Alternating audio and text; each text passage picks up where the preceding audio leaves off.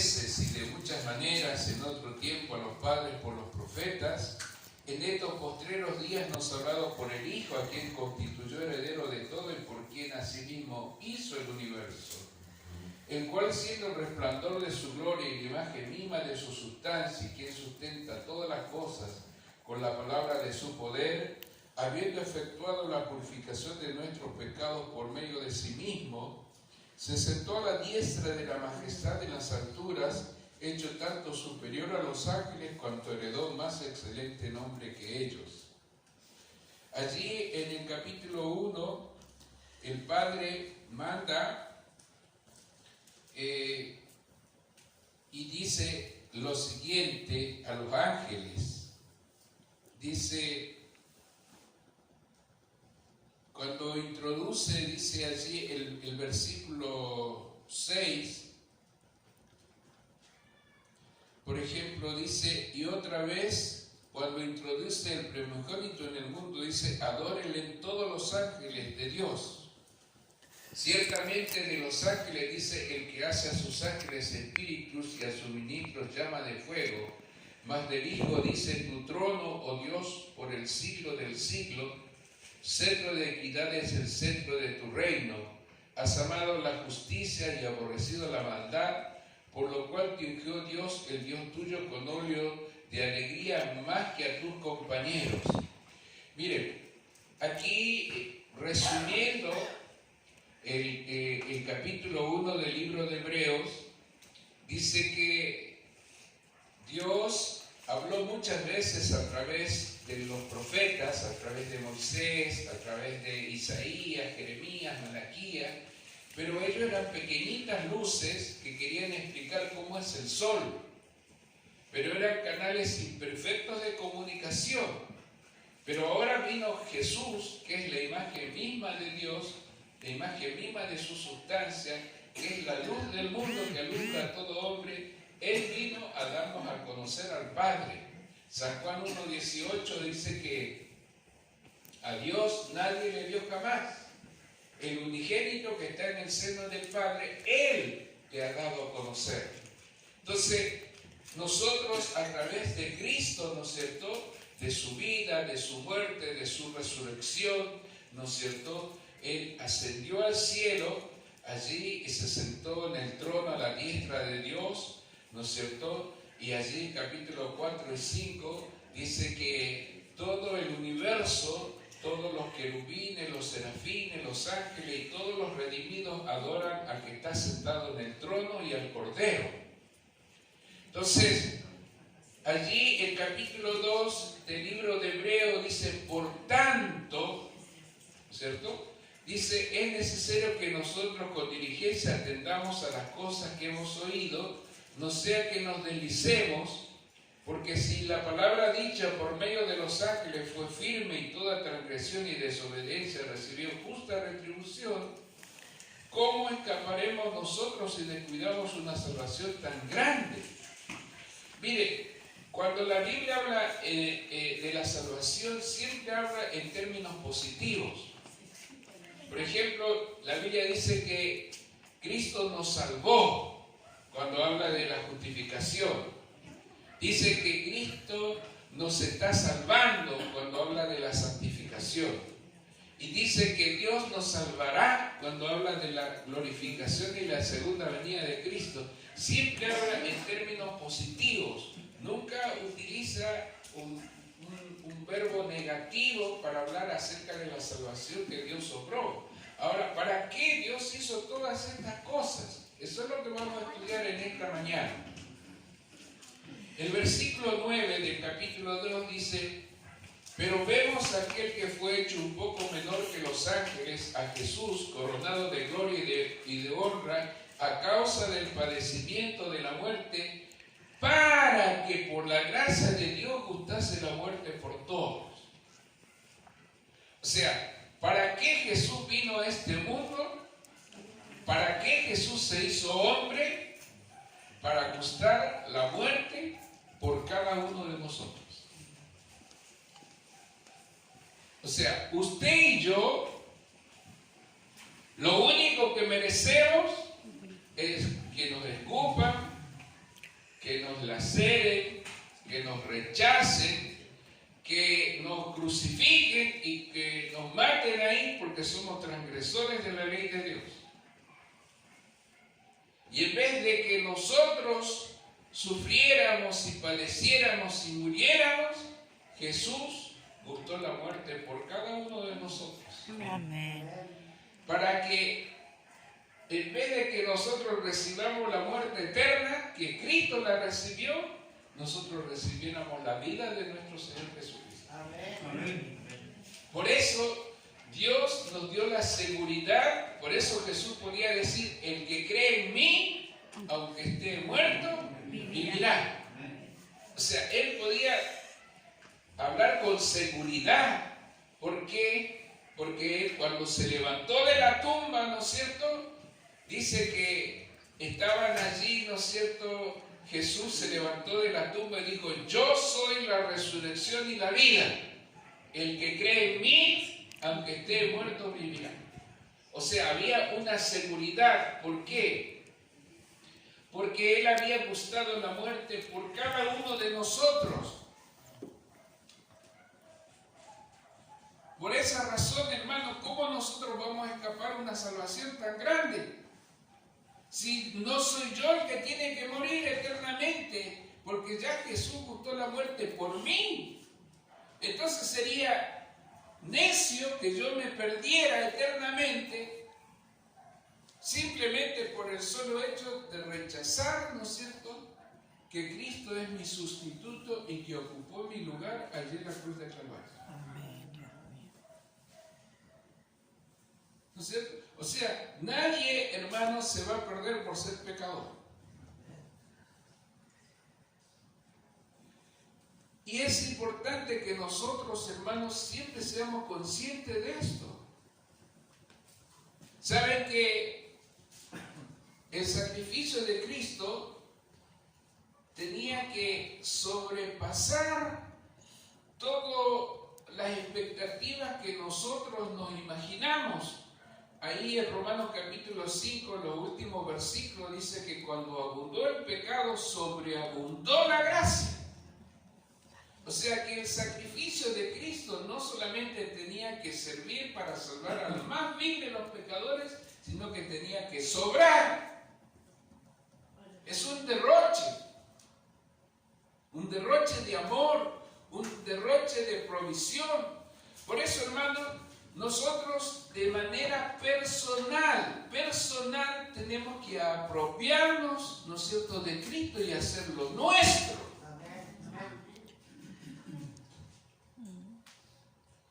Por eso, hermanos, una persona que tiene a Cristo es una persona rica. Por eso, una persona que tiene a Cristo lo tiene todo y no le falta nada.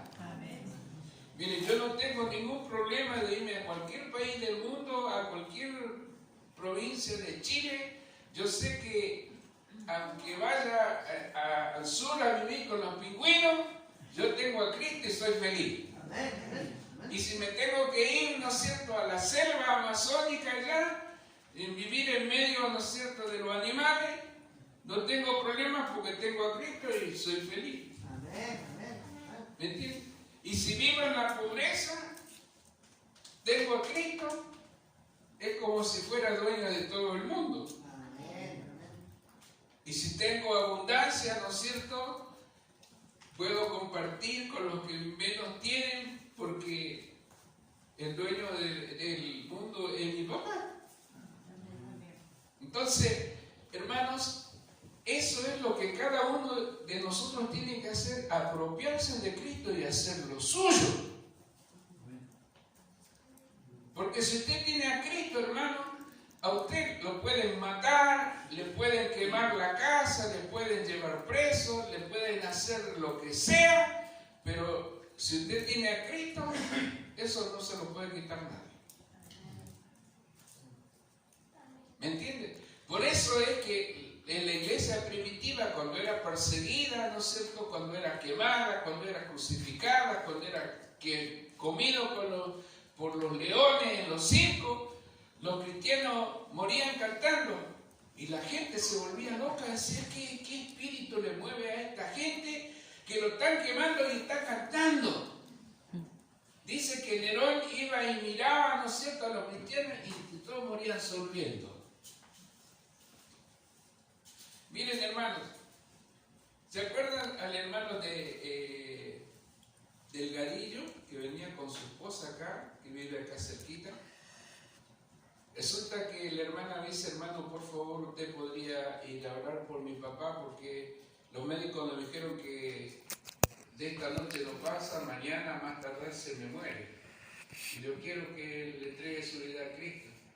Bueno, hermana, vamos, nos fuimos al hospital allí en Gran Avenida. Entramos allí y bueno, lo vi al papá que iba a morir ese mismo día o al otro día. Y yo le hablé de Jesús. Le expliqué todo lo que Jesús hizo por él y cuánto Dios lo amó y cómo Jesús dio su vida para salvarlo a él.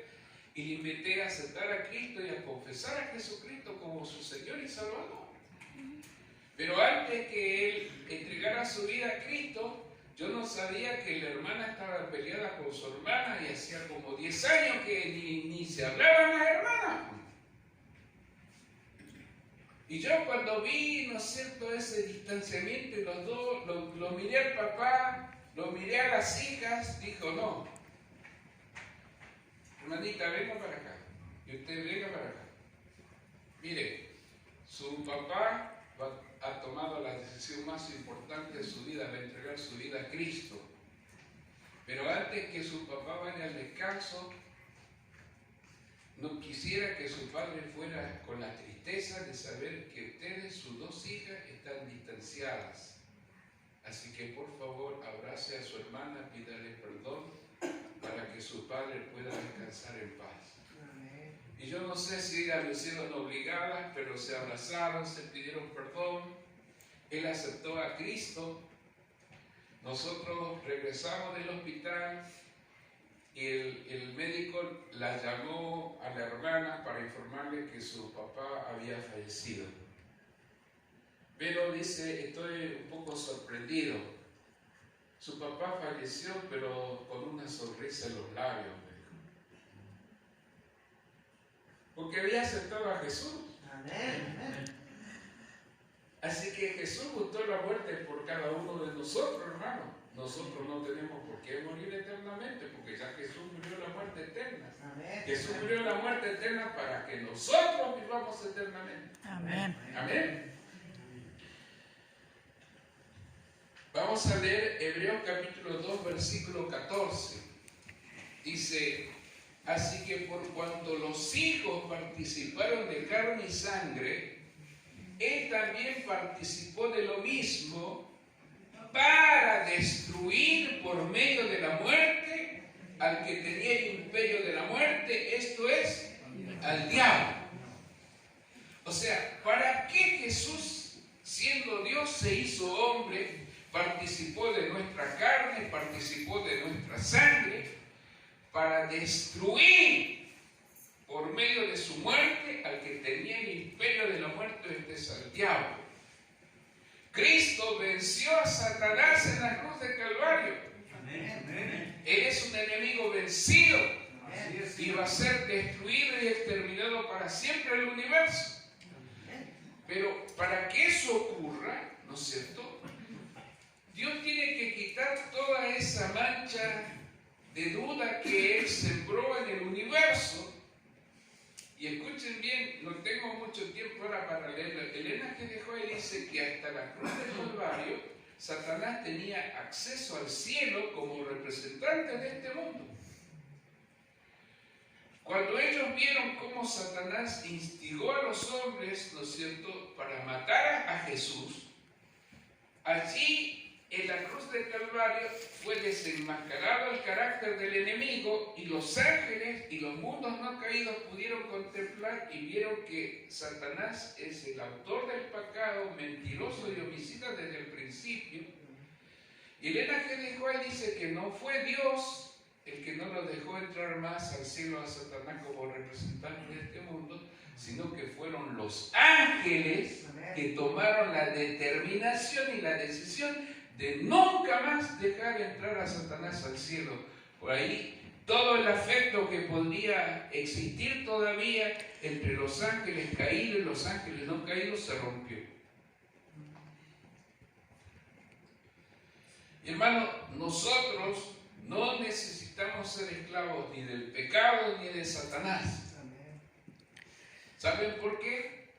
Dice el versículo 15, y librar a todos los que por el temor de la muerte estaban durante toda la vida sujetos a servidumbre. Mire, hay un libro que es el libro de Hebreos, que es conocido como la Epístola de la Libertad. Ustedes pueden leer esa epístola y varias veces se nombra la palabra libertad.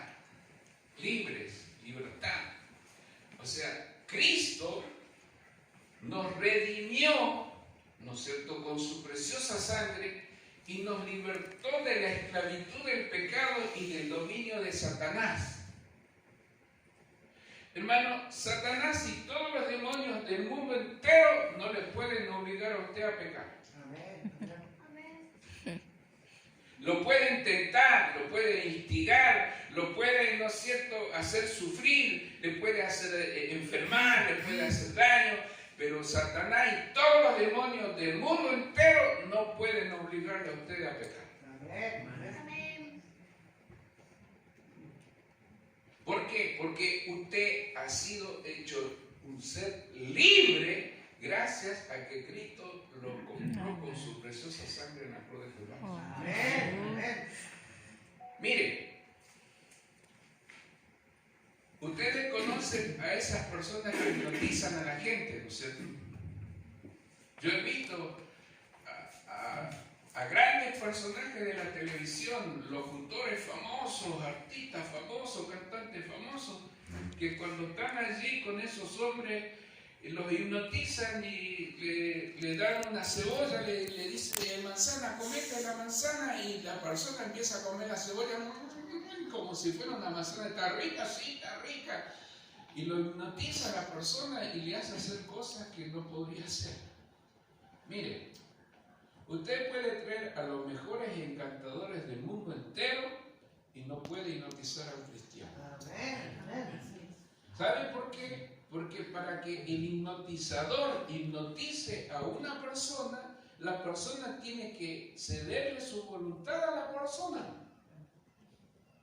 Y como el cristiano entregó su vida a Cristo y el Espíritu Santo mora en el corazón del cristiano, entonces todos los encantadores y todos los magos y todos los psicoanalistas y todos los que hipnotizan no lo pueden hipnotizar al verdadero creyente. ¿Por qué? Porque el verdadero creyente entregó su voluntad a Cristo. Entonces, solamente cuando una persona cede es cuando la otra persona lo maneja como un títere a la otra persona. Yo he visto cosas sorprendentes, ¿no es cierto?, de cómo estas personas, inclusive en la medicina, personas, por ejemplo, que son alérgicas a esta inyección que le ponen para que no sienta dolor, como anestesia, ellos lo hipnotizan a la persona para operarlo. Y uno dice, bueno, ¿qué tiene de malo? Lo malo es, hermanos, les vuelvo a repetir, es que Cristo nos hizo libres. Y Dios nos hizo libres, dice el libro de Gálatas, para amar. Dios nos hizo libres para elegir, para pensar, para razonar, para disentir, para opinar, para elegir. En ese sentido somos creados a imagen y a semejanza de Dios. Hermanos, miren, un día San Agustín era borracho y mujeriego y le gustaban los juegos. Y su madre oraba por San Agustín y oraba y oraba y oraba. y siempre le pedía a Dios por su hijo y él nunca quiso. Un día abrió la Biblia en Romanos capítulo 12, que dice: no os conforméis a este siglo, sino transformaos por medio de la renovación de vuestro entendimiento, para que sepáis cuál es la voluntad de Dios agradable y perfecta. Fue como una flecha que a San Agustín hizo así, ¡fum!, acá. Lo que él entendió es que Dios le dio la capacidad de elegir y de decidir, y que en ese mismo instante él podía decidir si él estaba yendo para allá, tomar la decisión de ir para el otro lado. Fue un impacto impresionante que el Espíritu Santo causó por medio de un texto bíblico en la mente de San Agustín, que él salió a la calle y una de sus novias le empezó a decir: Agustín, Agustín, y San Agustín empezó a correr de la chica, y la chica corría más fuerte y él corría más fuerte hasta que la chica, ¿por qué huyen de mí?, decía. Lo que pasa, decía, que mi mente corre más rápido que mis pies. Hermano, entender esto, hermanos, mire, entender esto. Nosotros muchas veces tenemos un problema cuando estudiamos acerca del libre albedrío. Nosotros no creemos que las personas están predestinadas, algunas para salvarse y otras para perderse. Nosotros no creemos eso. Tampoco creemos que ya está fijado nuestro destino. Nosotros no creemos en eso. Nosotros creemos que Dios es soberano. Él sabe quién se va a perder, quién se va a salvar, sabe el principio hasta el fin, sabe todas las cosas.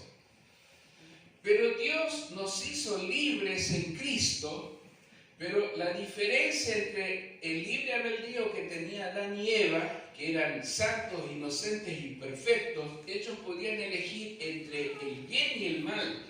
Pero el libre albedrío que nosotros tenemos, nosotros no podemos elegir entre el bien y el mal, y algunas veces nos confundimos cuando estudiamos la Sagrada Escritura. Dice: y aquí yo pongo delante de ti el bien y el mal, ¿no es cierto?, la bendición y la maldición, ¿no es cierto?, la puerta estrecha, la puerta grande, ¿no es cierto? Y algunas veces nosotros pensamos que tenemos esa capacidad. Hermanos, nosotros no elegimos el mal, ya estamos en él. No nos confundamos.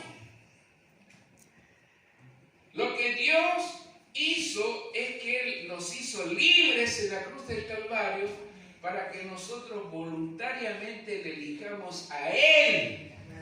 Eso es lo que enseña el camino a Cristo. Lean el capítulo que habla del poder de la fuerza de la voluntad, que es lo que mueve todas las cosas. Dice: si nosotros elegimos hoy servir a Cristo, Dios se va a hacer cargo de todo lo demás.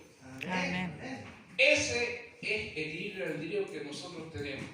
Por lo tanto, hermanos, si Cristo nos hizo libres, nosotros no necesitamos ser esclavos de nuestros pecados, de nuestros malos hábitos, de nuestras malas costumbres, ni necesitamos ser esclavos de Satanás. Nosotros somos hijos del Rey y nosotros decidimos y le podemos decir no al pecado, no a Satanás, y decir: yo quiero ser siervo de la justicia y servir a Cristo. Amén. Y esa es una decisión, hermano, que tenemos que tomar todos los días.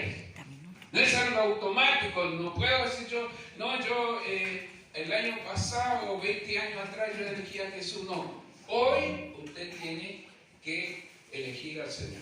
Amén. La tercera cosa, versículo 17 del capítulo 2 de Hebreos.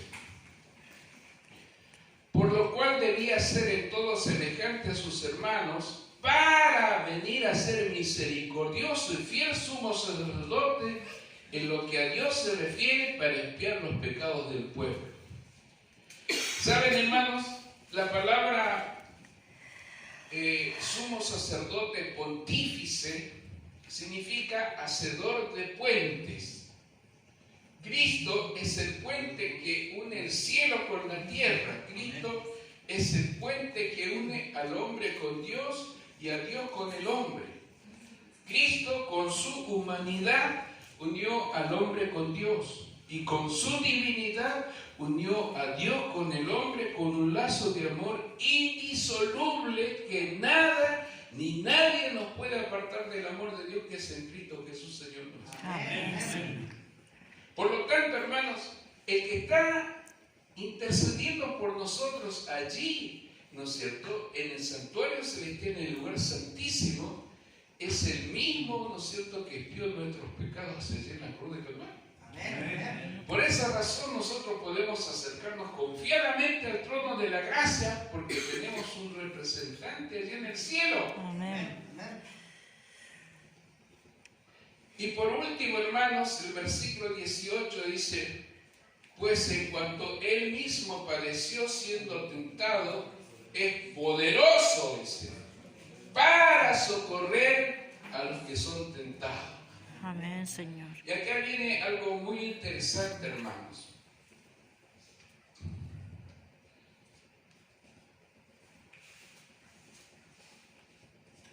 Cuando la Biblia dice que Jesús fue tentado en todo según nuestra semejanza, pero sin pecado, algunas personas creen, ¿no es cierto?, que nosotros, digamos así, mire, para que podamos entender bien el tema, ustedes saben que Jesús fue tentado 3 veces allí en el desierto. La primera tentación de Cristo allí en Mateo capítulo 4, no tenemos tiempo ahora para leerlo, fue que el enemigo dice: si eres hijo de Dios, di a estas piedras que se conviertan en pan. Entonces Jesús le dijo: no solo del pan vivirá el hombre, sino de toda palabra que sale de la boca de Dios. Con un escrito está, lo venció el enemigo. Pero la segunda tentación, Satanás utilizó la Biblia.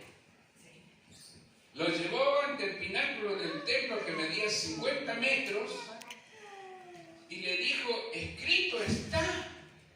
Como Jesús le dijo. A sus ángeles mandará, ¿no es cierto?, para que tu pie no tropiece en piedra, así que lánzate de aquí a ahí para probar si lo que Dios dice en su palabra es verdad o no es verdad.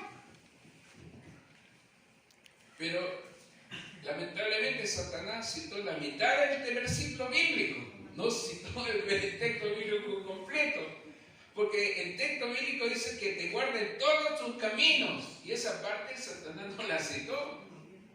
Y Jesús nuevamente le respondió: escrito está, no tentarás al Señor tu Dios. Hermanos, como vio que no podía vencer a Cristo, utilizó su otra arma, así como un mago, ¿no es cierto?, le hizo vislumbrar todos los reinos de este mundo, todos los tesoros, todos los tronos, todo el dominio, el poder de este mundo. Y ya se sacó la máscara y le dijo: todo esto te daré si postrado me adorares. Y Jesús le dijo: escrito está, solo a tu Dios adorarás y solo a Él le servirás. Y Jesús le dice: vete de aquí, Satanás. Y desapareció el enemigo. Ahora, ¿cómo Dios me puede entender a mí cuando yo soy tentado a firmarme un puchito de marihuana?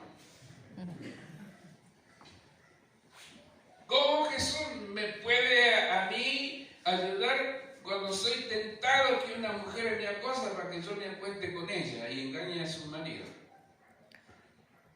Entonces uno dice: ¿cómo? Entonces hay un montón de cosas que uno se hace en la cabeza.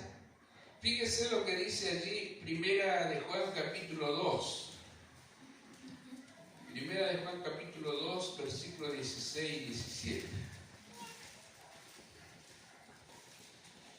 Dice: porque todo lo que hay en el mundo, los deseos de la carne, escuchen bien la primera tentación de Jesús, los deseos de los ojos, la segunda tentación de Jesús, y la vanagloria de la vida, no provienen del Padre sino del mundo. Y el mundo pasa y sus deseos, pero el que hace la voluntad de Dios permanece para siempre. Amén. Déjeme decirle cuál es el objetivo de la tentación. El objetivo de la tentación es que cuando Dios tentó a Eva, le dijo, con que Dios ha dicho que no comáis. Dios es egoísta. ¿Sabe por qué Dios le está privando de comer ese árbol? Porque sabe que si ustedes comen de ese árbol van a ser como Dios. Entonces, si nosotros somos dioses, como enseña la nueva era, no necesitamos de otro Dios. Yo soy mi propio Dios, yo me puedo gobernar a mí mismo y puedo hacer lo que a mí se me da la gana. Entonces, ¿cuál es el objetivo de la tentación? El objetivo de la tentación es que yo deje de depender de Dios, deje de creer en Dios, deje de confiar en Él, y yo dependa de mis capacidades, de mi fuerza, de mi razonamiento, de mi inteligencia, pues yo soy tan capaz y tan sabio que yo me la sé y yo sé cómo voy a solucionar este problema, yo sé cómo voy a hacerle adelante. Hermano, y a eso nos lleva la tentación, a independizarnos, ¿no es cierto?, de Dios para que nos perdamos eternamente. Entonces, Cristo puede socorrernos porque Él sintió de una manera mucho más profunda la tentación de lo que nosotros podamos resistir. Yo le digo, ¿qué tentación es más fuerte? Que usted sea tentado a drogarse o a tomar alcohol o a prostituirse o a robar o a hacer algo malo, que a ustedes lo tienten para convertir la piedra en pan. ¿Usted tiene capacidad para convertir la piedra en pan? No. ¿Jesús podía convertir la piedra en pan? Sí. Sí. Entonces, ¿qué tentación fue más fuerte? ¿La que nosotros tenemos que resistir o la que resistió Jesús? ¿Puede entendernos Jesús a nosotros cuando somos tentados? ¿Y puede socorrernos cuando somos tentados? Amén. Amén, hermanos. Por eso, hermanos, debemos nosotros dar gracias a Dios y no podemos escapar de una salvación tan grande, porque el Señor ha hecho provisión para que todos nosotros estemos en el reino de los cielos. Amén. Y vamos para siempre con el Señor. Amén. Que el Señor nos bendiga y me deseo diversión. Amén. Mis hermanos, vamos a orar, nos vamos a cantar los himnos, las razones las sabemos, solo por tiempo, así que vamos a pedir al hermano que pueda orar y nosotros vamos a salir y nos vamos a colocar en la puerta para